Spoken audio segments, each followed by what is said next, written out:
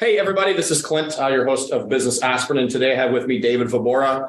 David is the founder and CEO currently of Adaptive Training Foundation here in the DFW market. Yeah. And super excited to have you here, David, and talk about ATF, what you do, what Adaptive Training Foundation is, what it's about, why, all the things, man. Lots of good. This is, guys, and I'm excited about this one. You'll get a lot of nuggets of information just from listening to David talk and his passion about what he's involved in, and it's exciting. Well, I'm trying not to get a real job, so I don't know how much help I am on Business Aspirin here, but my other life, my previous life was playing in the NFL. So was a linebacker, was drafted the last pick, earning me the honorable title of Mr. Irrelevant in 2008. Went on to become a starter, had a respectable small 5-year career, but really, it was establishing what was next, which I didn't realize at the time. I used the gym was my sanctuary. So, to maximize my potential through hard work, through sweat equity, and just see what was possible was always where I kind of found myself. But it wasn't that I set out post football to start a nonprofit. A lot of, players do, right? Or do while they're passionate about something and they give back and their name's associated to it. But that's not me. I mean, if my name's attached to something, it's because I'm completely immersed in it. And so the real why or the how that I built this whole business was a chance intersection with a guy without arms and legs, Staff Sergeant Travis Mills. So I started the gym because I knew I could train athletes and offer them value, but I didn't really know how to monetize it responsibly. It was all dependent on David. So it was service-based. I was giving the training sessions, paying for the hours of training. There was no mail money. There was no real, what's the business without David? It was nearsighted just because I liked what I was doing and I was spending so much time in the gym. But meeting Travis, I just trusted my gut. It was like this little thing that the voice in your head says, you're not qualified, you're not ready, you need to learn more. But the gut says, jump right now. And I walked right up to Travis, who was moving on prosthetics. Yeah. So tell the story about Travis, right? So they know. Yeah.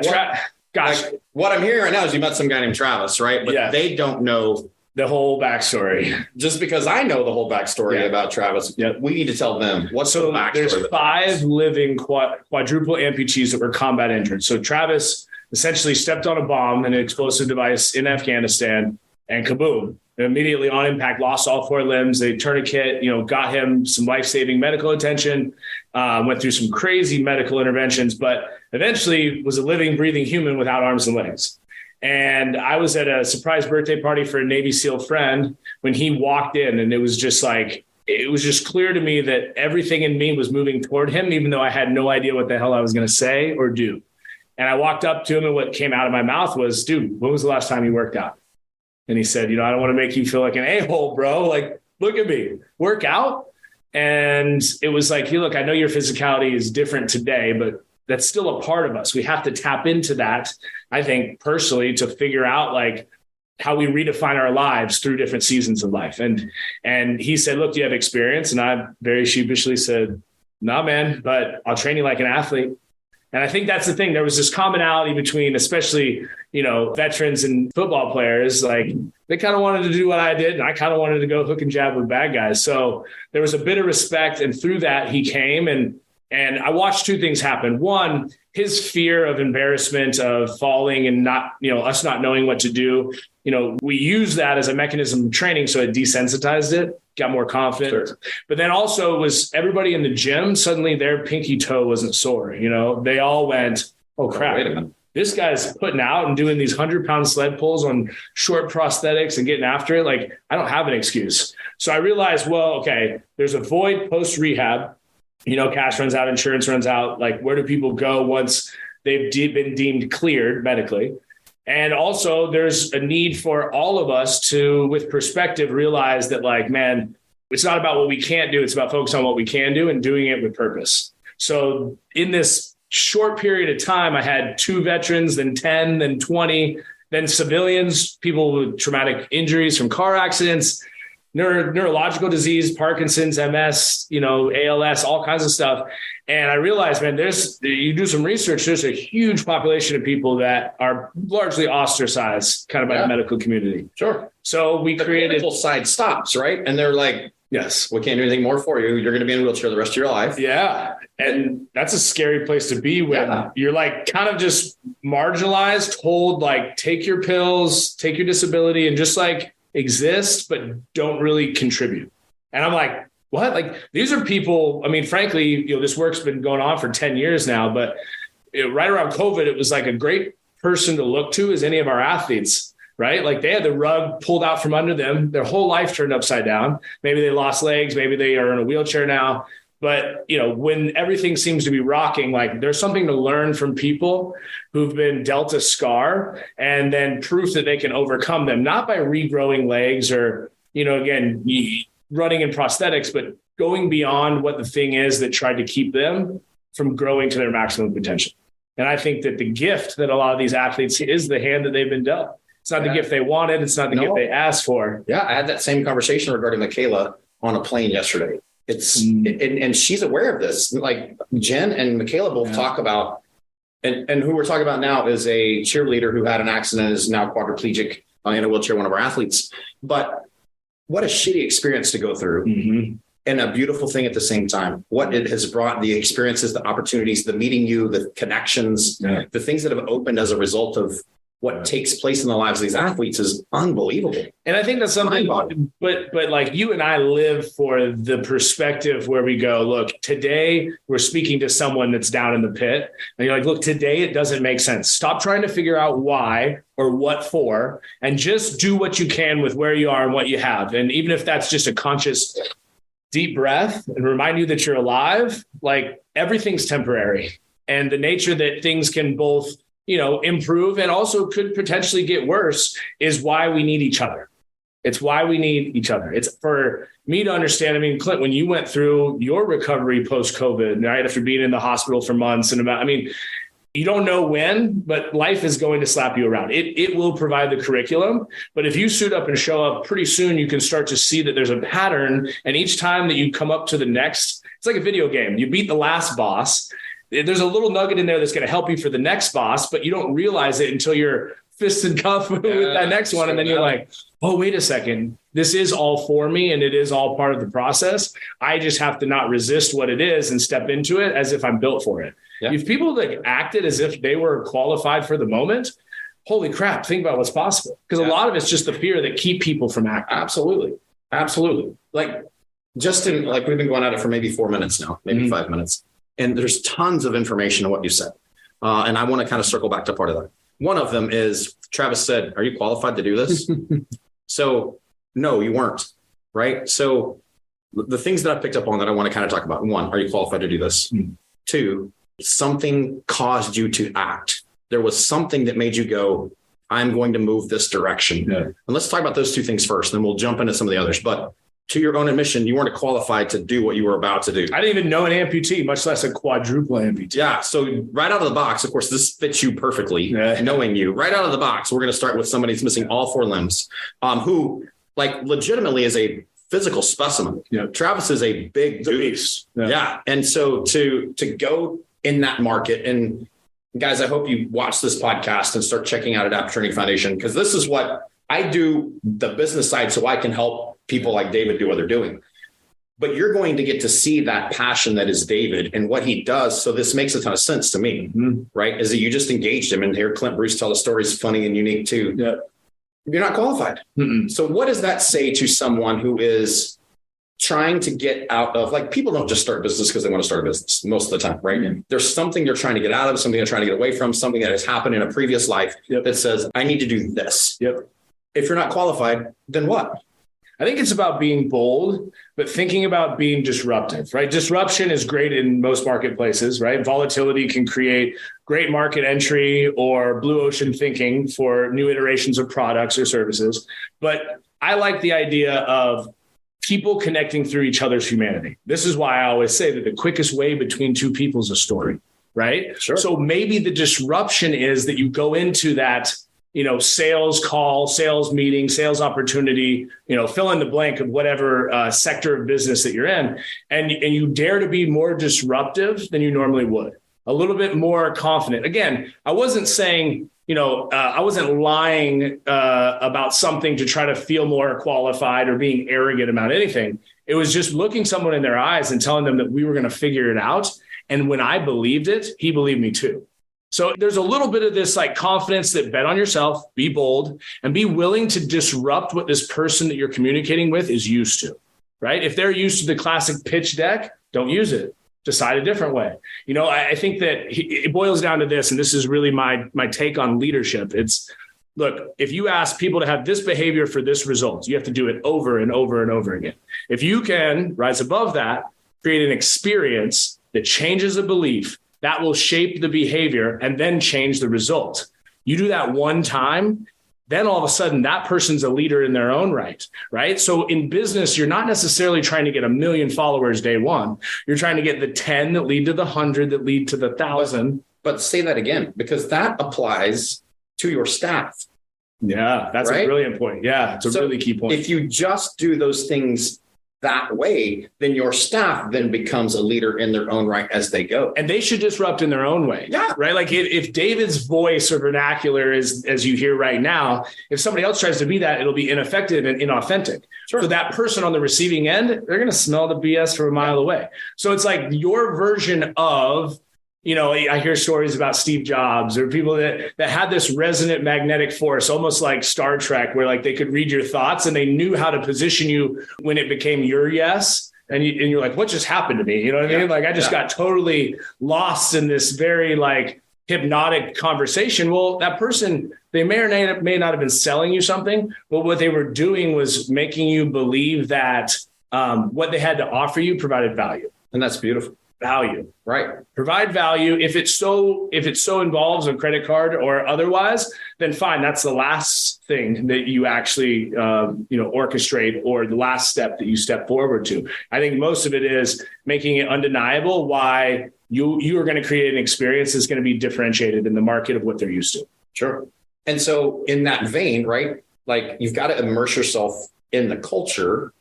So as a business person, you want your staff to buy into what you're doing, because if they don't buy in, they're not going to be able to regurgitate the information in an effective manner. Yes. They might be able to repeat the words that you said, but not be able to regurgitate that back in an effective manner to communicate the message to someone else. I was going to say this. There's a book. I read this book. It's by an amazing British author. I won't remember the name, but the book is called Alchemy. The cover is like bright yellow. The reason I bring it up is back in the earliest of YouTube days, this guy that was selling blenders decided to throw a bunch of marbles into his blender, record it, put it on YouTube. And initially it was like, look at this quack who's throwing balls into his blender, but like, holy crap, it's blending them up beautifully. Then the virality of look at this quack, people that share ability. So I think that, and how this weaves back to my staff is, we all come with a story. What brought you to the line of work or the business that you've launched? That's true north. The culture needs to be framed around that. So again, you're saying, hey, me and my company, we stand for this, and the flag is out. But under that umbrella is where people show up with their why underneath. That's why we call this group a tribe, right? Like a team is a roster, a business has an organizational chart, roles and responsibilities, and so on and so forth. But a tribe is different. When you create a culture of a tribe, it recognizes that everybody's perceivable gifts and scars are proof to qualify them for the net of the whole sum of this mission. So again, being able to lead with emotional intelligence, being able to share like the path that led me to this job here is why I know I'm exactly where I should be talking to you right now. You lead a conversation with somebody like that, they're like, okay, I'll listen for at least 30 seconds. Yeah, absolutely. You got me. So you're right. It's bringing my own story and my own why into the larger picture, realizing that, the effort that I get to do to make a paycheck, hopefully is honoring the ways that have led me to the opportunity itself. Right. When you connect those dots. And I tell you, there's some things about how you're wired that you're very captivating, you're polarizing personality. But you're also, part of what you said earlier, you're humbly confident. Mm-hmm. You're willing to go, there are things I don't know. I need help with some things. I'm willing to ask questions. Yeah. And I think that's important too, in regard to running an organization, running a business, to be able to go, hey, look, right? So when you talk about, from your perspective, your management style originally is pro football. Yeah. Yeah. And in that case, it's you do your job or you don't do your job. Or you don't have a job. Yeah, do your job or you get benched. Right. And if you get benched for too long, then you're out, right? And so you have that mentality that you bring into this environment, but you're also, I think you do that relatively well. And you and I both know there are times that it's, a little intense maybe, and even frustrating for you in regard to how some of that happens. But the reality is you do that well because you have the ability to, people understand you. They know that you love them. They know that you care about them.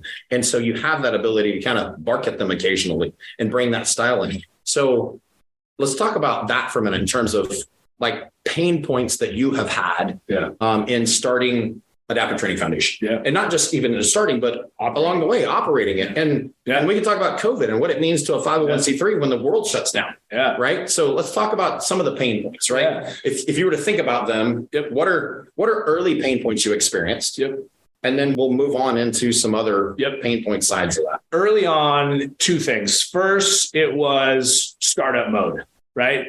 Shoot, aim. Shoot. It was like, my biggest fear was missed opportunity. And so it was like firing at all things at all times and trying to just grab onto momentum and latch into certain things. So the spray and pray can be a definite thing to avoid. That's huge in terms of small businesses right now. No scope creep, hone it. And what they try to do too is, especially in the restoration space, the service industry space, which is going to be a lot of who listens to this, is every job's a good job. I got to have every job. I can't miss an opportunity. I've got to make sure that I take that job. But not every job is a good job. Just like what we've experienced here is not every athlete is necessarily the right fit for what. I'd actually encourage people to do this. So just like investment banking today, there's formulas that have been around for eons, right? The guys use. But now with all this AI generated craziness is what I'm going to call it, because it's crazy. But it's crazy not to use too. It's like, hey, how do I position this to cross-reference what I think I know and then decide if I can get a little bit of an advantage? And I think that's true for any industry, but I think it's especially true for you on a personal sense. What I mean is, as you decide what a good job is and define what a good job is, you have to stick to it. So you can't let this allure of the what ifs, because we can rationalize anything and be like, oh no, I got to go to that one today. But if you can come up with the litmus, if it passes the litmus test for moving on it or taking action on it or not, and you stick true to that. I mean, Matthew McConaughey in Greenlights has an awesome time in his book where he was only the rom-com guy. And he had some crazy good offers of cash that just kept doubling and doubling and doubling, but he stuck to it until he could finally get out of what he was known as to then rebrand, right? Redefine, and then bring on this whole new version of him. So same is true in business. Be mindful to not just shoot at everything that moves. Decide and define what a good job is and stick to it. Make sure you have people around you. The other thing that happened early on is myself, back to that very alpha, very kind of NFL experience type of leadership. It was, if I was stressed, I had to make my entire staff adopt my same level of stress. Sure. Because if I'm stressed, we're all going to be productive. Sure. This stress is going to be useful. We're going to, oh, that's so wrong. That is so wrong. And the same thing for your spouse. Anyone that's listening to this, do not think that works. That's even hairier, as you well know, or I've learned from you. Yeah. Those are two things in the earliest of days that I think I could have avoided a lot of that scar, but I needed to learn, and you've been a tremendous counsel for me and in not just keeping space in your day to like let the things that happen that are going to be overscheduled or over things happen, but being okay with not having to tend to all the fires. Those early days, because it's your baby. Yeah. And my name's known for this. Yeah. And of course it's personal. What are people to think if it doesn't do? Finding your staff is a huge thing, but don't believe that they're going to care as much as you. No. At the end of the day, like, you are the founder, you are the CEO, you are the entrepreneur. So suck it up, buttercup. Like, they're going to do the best as long as they believe in you and believe in the culture that you set, back to that tribe mentality. But at some level, like, you can't expect them to care. No, because in most cases, it's still a job, especially for these people listening. Yeah. Very few of them, in your case, a part of your staff has bought into the belief of what's happening and what they're doing, what they're accomplishing and changing lives. But for a restoration guy, even though they're changing someone's life post-catastrophe, it's their staff, for the most part, is going to just be staff. Yeah. And it's difficult to navigate that when you're going, okay, I've got to. But I do think one thing that you guys do well, and that I think those that do it on a scale, meaning that it's, look, there's the top national people that are huge. There's your kind of upper echelon. There's your middle of the road. Then there's some of your little guys. I think as much as possible for your workers to connect back to the end user.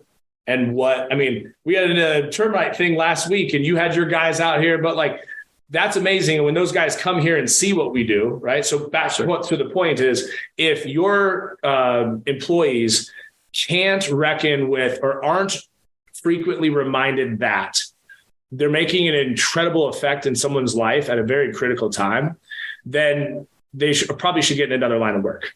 At some level, if a house burns down or something happens, there's remediation work being done. That's someone's household. And fundamentally, a roof over their home and that level of safety is critical to the well-being. So personalizing it in that sense. Sure. One thing that came to mind to add on to early business things, or maybe just today business reminders. We often will discover issues or things in our business and we'll put all of our focus on attention because we believe if we solve this problem, then everything else 10X's, 100X's. And although that is a common way of thinking, right? Hey, I got to fix the mower before I go and edge the whole yard or else this thing isn't going to be able to get it done.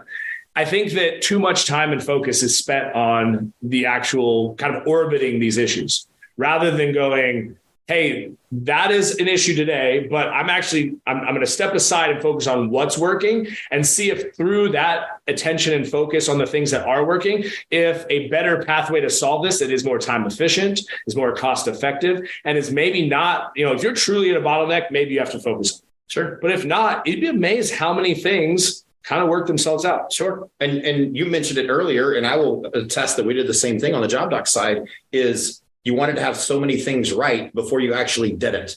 Before you actually went to somebody and said, I need some money, I need some help. I've got to have this in place. I got to have this in place. I got to have this in place. Not true. Now we did the same thing, right? And we could have been earlier to market on the software with the whole job docs thing if we had just put it to market. Yeah. But so encouragement for anybody that's listening is trust what you have. Yeah. If you moved in the direction of starting a business, trust that a little bit. Yep. And don't just wait to have it all perfect because you're never going to have it perfect anyway. Is this place perfect now? No. So, but you're doing phenomenal things. Yeah. And so for somebody to wait until everything is perfect in order to move forward is a huge detriment to their mentality, to their stress level. I'll go on a spiritual plane. I think the devil wants you there. The devil wants you distracted. The devil wants to convince you, right? That oh man, no one's going to want that. And the truth is maybe you don't sell me, but until you put it out into motion, you never know. That's right. Yeah. Guys, take a stab at it. So let's talk about the way I, as a company, make money, both the restoration side and the software side is I go market and advertise and get clients. Yep. Clients pay me for whatever it is that I'm providing for them. And then I use that money to pay my staff and my overhead and all the other things that go along with that. How does it work in an environment like Adaptive Training Foundation? I mean, look, it's not that dissimilar to a for-profit. I think, at the end of the day, yes, we are accruing and fundraising for, tax donations, tax deductible, tax-free donations. So there's a value proposition in that. And yet you mentioned COVID and, other things or a recession onward, Sure. There's factors that you go, listen, don't expect that this person gave this year or this time, or you got this grant this time, that's going to be there in the future. So there's maybe a little less forecasting on an annual basis, managing the books. And there's a little bit more in the diversification of some of those ways that money hits. So like I mentioned, there's individuals, there's corporate support, there's nonprofit partnerships, there's grants, and there's some other things. We can sell t-shirts, right? And work with some unrelated business tax to make sure that is a moneymaker for us as well. So I look at each one of those sectors, how they're performing, right? But knowing that we can sort of work ahead and get a lot of those sponsorships sort of suited out. Basically, it's sort of zeroing out your budget to know that you essentially want to record no earnings, right? Sure. Which is not dissimilar to how you would in a for-profit company. Weird how that works. we have to document like crazy because every dollar has to be tracked back. So if that's used for something like, gym building overhead or payroll, that's obviously where we do audits every year. The number one thing in any business is don't skimp on the financial backing, the bookkeeping. If it is the nature that your business is large enough to truly need a CFO, don't just hire your boy or hire your family member. Having the financials bulletproof is going to be the first thing that if you want to grow your business to the point of sale or to any significance, you got to have that. Sure. And again, finding allies and alliances have been really key for us. And so, in business, it can be very cutthroat. In nonprofit, it can be even more cutthroat. Luckily, we live in the beautiful, great state of Texas. And in the ecosystem of North Texas, DFW, people play in the sandbox pretty well. There's like, hey, they do. Hey, we're all serving veterans or we're all serving in this sector. You're like, what are you doing? Well, what are you doing? And well, that kind of overlaps. And how do we, rising tides raise all boats. And so I think, business models where you have people like La Quinta and Denny's works pretty good to have them hand in glove, right? There together. I know that you have found some different probably alliances, people that, I don't really do that sector of the business. But if they want to white label under me, or if they want to just have a nice little handshake referral for some percentage givebacks, there's always a value proposition. And if there's somebody that's doing what you're doing and you can do it better, come in boldly and say, here's what we'll do. Here's the 2-year evaluation and the trend line increase. I want 10%. Be bold enough to do that and and there's different ways for us in a nonprofit. There's people that don't have a 501c3 that want to, embed under us and raise money through our umbrella. It has to be within the scope of the mission statement, but we've never done that. It's not to say we couldn't do that, but there's other ways to help other people get afloat and or be able to, make sure there's a mission to the margins of what you're doing as well. And that's all in good business faith. And it's also in good practice because is a giver to a nonprofit I see as an investor. They're just investing differently. They're not going to get a dividend. They're going to want to see, okay, did my dollar, how far did it reach? Was 1 + 1 2? Well, it was 1 + 1 10. And we're the type of person that wants to feel confident that it's 10 or more every time. Sure. So ATF has done relatively well financially to be able to continue to support the mission. There have been some times where it's a little bit like, especially around COVID, like, what are we going to be able to do? How is this going to work? Yeah. But one of the things we haven't said is that ATF is 100% free to everybody that comes in this facility. Yeah. So it's very unique in that primarily you are going out to raise money for the support of the mission here. Yep. And the primary thing that takes place here is a 9-week program. Yep. So we fly athletes into the program. If they're not local, we fly them in, we house them, we feed them. Yep. We provide trainers for them for the 9 weeks that they're here to work on both the physicality side of them, but that's not the real mission here, right? What's the real mission? It's sneak therapy. They come thinking, hey, they're going to get me out of this wheelchair walking again. They're going to get me integrated onto my prosthetic legs. And yeah, by all means, we can do that. And time and discipline, that consistency changes the physical. But this part, between the ears, is where we're giving them tools and installing new habits so that hopefully they can become a better total human being. Right. So we all, I think, will agree that, if somebody cuts us off in traffic, it's good to take a deep breath, right? And not maybe do or say the thing that you wanted to, and be able to respond differently. And that is great if it's a spouse that triggers you or a kid that does that thing or fill in the blank. It's life, right? It provides the curriculum. So pre and post every one of their sessions during the 9 weeks, their training sessions, they do breath work to learn about how they can use the breath to calm their nervous system. Choose differently. They do mindfulness exercises. Dare I even call them meditation? By the end, these combat injured Marines, you meet them at the door like, hey, hippie, we're going to meditate. Oh, that ain't happening today. That's not happening. But if you say, hey, look, have you guys ever been conscious of your breath, when you were behind the scope of a rifle? They're like, oh, yeah. Like, dude, you're really good at mindfulness. Like, I am? Like, yeah, that's being really mindful. And now you just move it into a different sector. So the psychosocial environment that we create breeds this change between trying to find the differences in people and instead aligning with the similarities.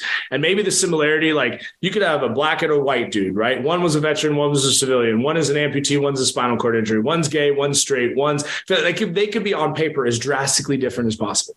And yes, they bleed the same color because they're human, but the sweat is where they earn and unify their relationship, right? They earn respect, they unify and galvanize. Man, like that person's putting out. And it's not the trauma Olympics, right? It's not like sure. The cop out is that guy has all his arms and legs, he doesn't need it as much. Like, no. We try to find the person who's ready to take what we have to provide so that way, again, if they're local, they continue to foster it for other people here and can be hired back as a trainer, which is really cool. But also those that go home, like they're now a light on a hill. They're now able to reintegrate with their local community, affect the real change for others like them, and get people involved in, I don't care if it's a 5K, a Spartan race, adaptive CrossFit, you name it. So it's instilling them. We run classes every 9 weeks, to your point. And the whole goal is after they've done the 9 weeks, then we take them for a week-long redeployment.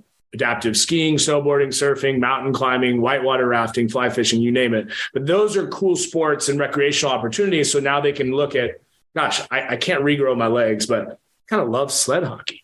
I found this thing, and pretty soon they're on the star sled hockey team, and pretty soon maybe they're in the Paralympics one day. Yeah. And none of that could have happened without this terrible tragedy and, being trapped in a vehicle and almost burning to death and losing my legs. Then you come out of it and it's like, wow, maybe that was the exact thing that set me up because I was never supposed to be normal. Normal's a setting on the dryer. It's not a very good compliment. Yeah, it's not great. Mm-mm. And so I think you make that mention, I think it's high. And I'm like, dude, so amazing. Double below the knee amputee, Paralympic gold medalist in snowboard cross. Mm-hmm. The guy crashed in, burned into a skydiving deal. Scorpions when I talked with him in the hospital, it was because a friend said, hey, look, this guy is talking actively about suicide. And the second he gets out of this hospital, we're all really worried. And you fast forward and I don't know what I said on that call, but maybe it was disruptive enough that he liked it.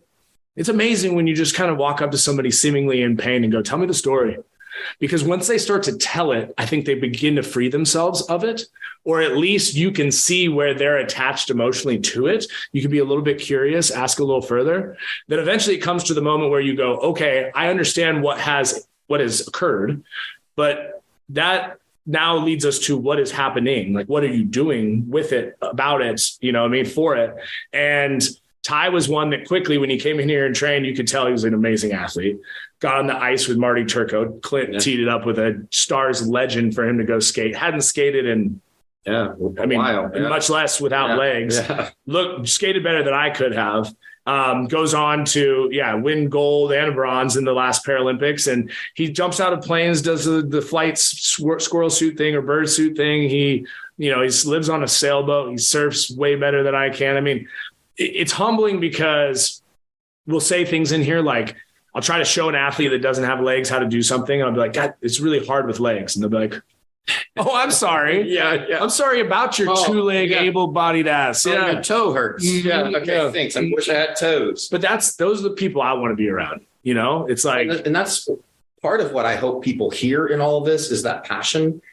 That's your client. That's your staff. You're serving them with a legit passion to help them. Yeah. And want to see them. I think that weighs heavy on the success of what's taking place here, because the reality is, just like you got a text message this week or last week, I guess this is Monday. Yeah. Last week, that I tell people all the time, this is the most addicting place I've ever been.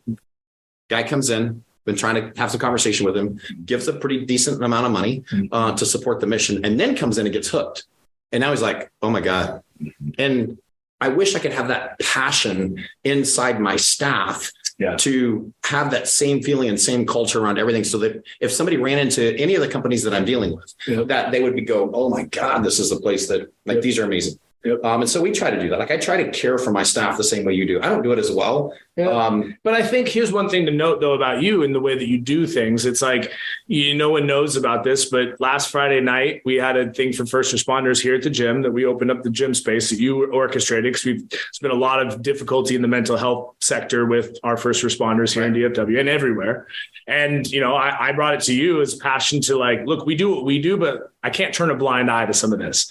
So I think going back to how do you get your staff, your employees to buy into the larger why?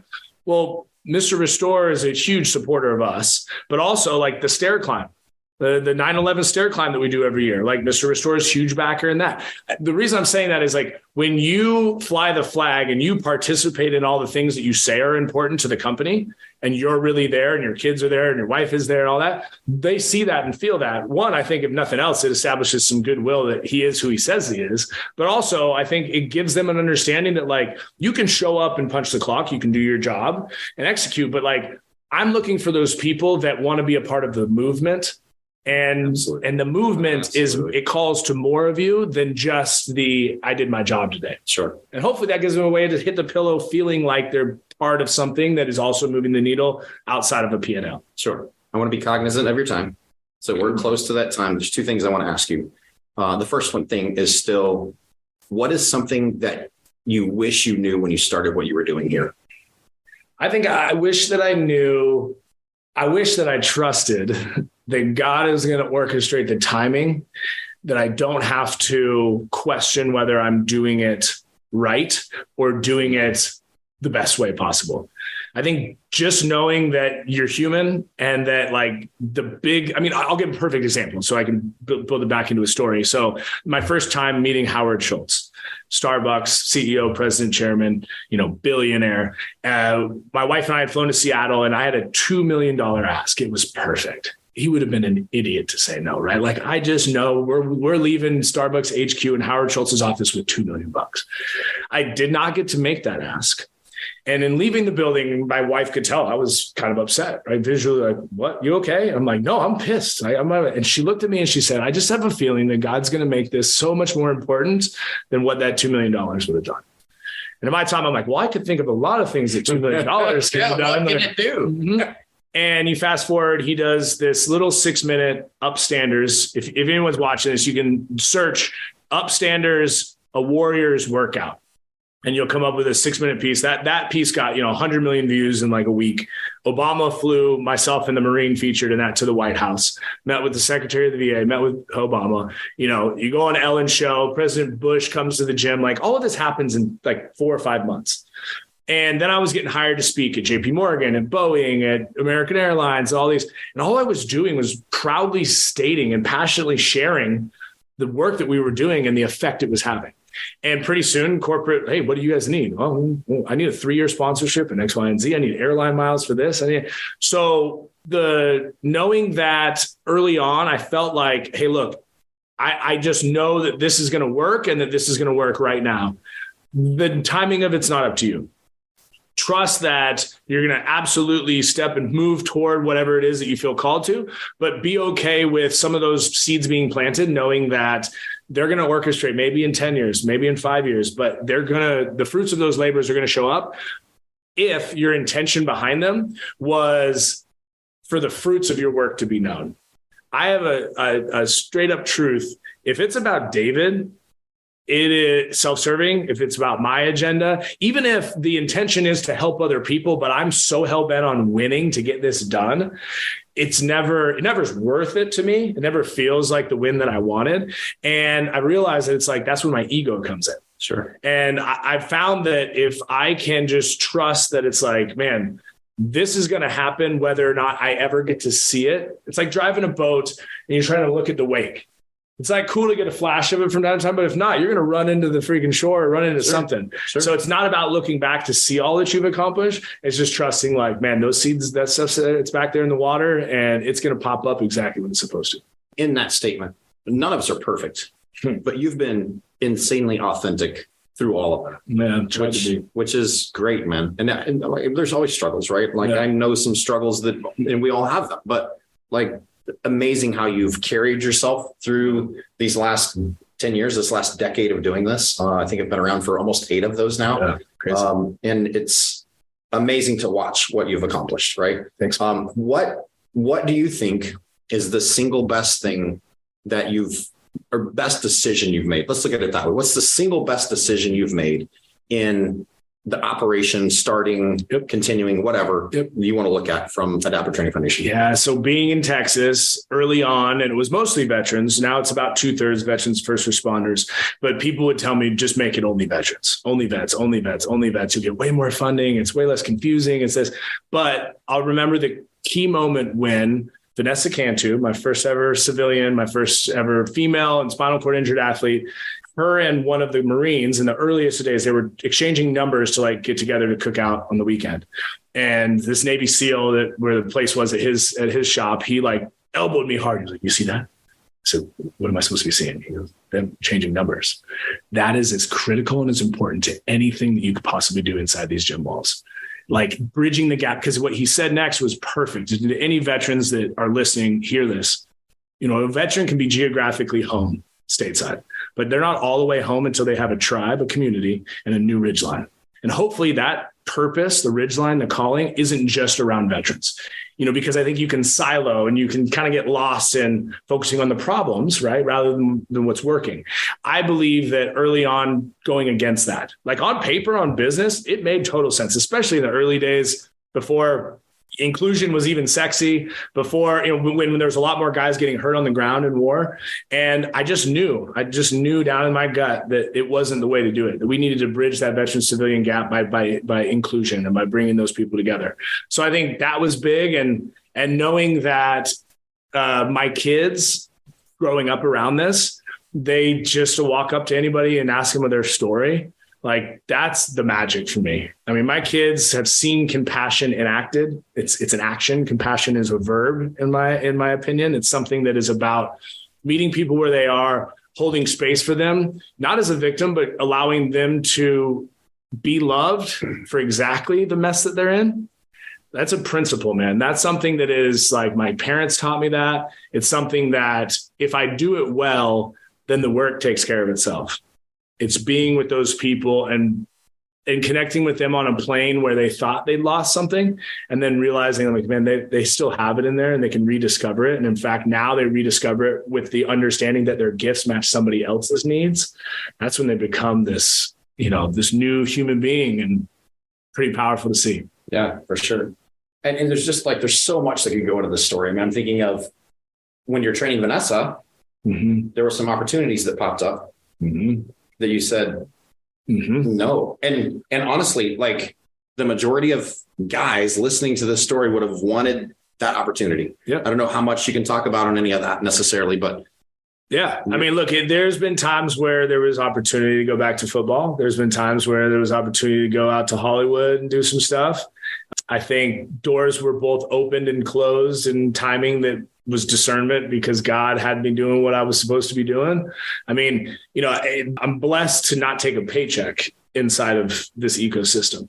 The opportunity to go and speak and tell the story and do so is a way for me to provision for myself and my family. But knowing that actually the times when I sit in a quiet gym where no one's here and I can sit and I can close my eyes or just look around, and it's almost like this, like, the old dream thing where like you see little like memories come to life. And I'll sit here and like legit bawl my eyes out in the gym. I get goosebumps right now just thinking about it, because it's so often that, there's something flashy in front of you. And there's something that but you have to ask yourself, is this me moving toward where I'm supposed to move? Or is this me moving away from something that I just am done with? I'm not saying one's right or wrong. Right. In my opinion, when I've been trying to escape from something, whatever over here that's trying to keep it doesn't work out. When I go, nah, man, this is no longer it. I'm going to turn 180 and move toward this other thing. It's that eye looking back thing that gets you in trouble. So I would say don't chase something if other things gets hard. I mean, this, like I had opportunities to go and coach, and although there's part of me that questions if I'll ever, go and coach at a high level, I feel like it's always been clear that would have been an escape for me to go to something that was familiar when work on this side got hard. Sure. So I'm really happy that I've stuck it out. Yeah. And sometimes the grass, although it may look greener, isn't really greener. Not bad. And I think that's a nugget that somebody can take too. Is like, wait a minute. So you had opportunities to go do high dollar value things, high publicity, high notoriety type things, and said, no, hold on. Yeah. Like I'm supposed to be here serving this community. And sometimes this is thankless. Sometimes it's you're a psychologist, you're a pastor, you're a dad, you're a guru. And that also is a place that like emotionally, you said this to me this morning, and I'm going to mess the quote up now, but it was basically like, the version of how I need to boss. What was the line that you gave me this morning? I don't know that I can repeat it because it wasn't a real quote, right? But you were basically like the way that you are a boss to certain people. Like for me, I'm very much on that friend level with a lot of those. So that's sometimes you need to be able to be their boss. And there's a gray kind of mix of that where, again, I can always love you and I will be your friend. This is not personal, but at some point, like, here's your line in the sand. This is black and white. Yeah. And I think that's something that for me, I'm always tiptoeing the line and looking for trusted, people at an executive level where they can take the message down the stream and I don't have to be the hammer all the time. Well, and to that point, like it just triggered in my head, like sometimes your biggest asset can also be your biggest detriment.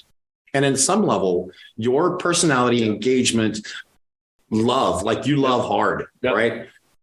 Can create problems for you. Mm-hmm. Right. And so you love hard and then you get shit on at some level, or you love hard and it's hard to manage someone the right direction. And that's, but you keep being authentic and you still do it. And I love it. Yeah. And like, I love being around you. I love what you're doing. I love your family. I love what God has created with you here. Yeah. I'm happy to be part of it. And I'm grateful for you being on this with us. Yeah, man. Everybody, this is David Vobora with the Adaptive Training Foundation here in DFW. Really happy to have you on here, man. And wrap it up. Appreciate you, man. Thanks. Yeah.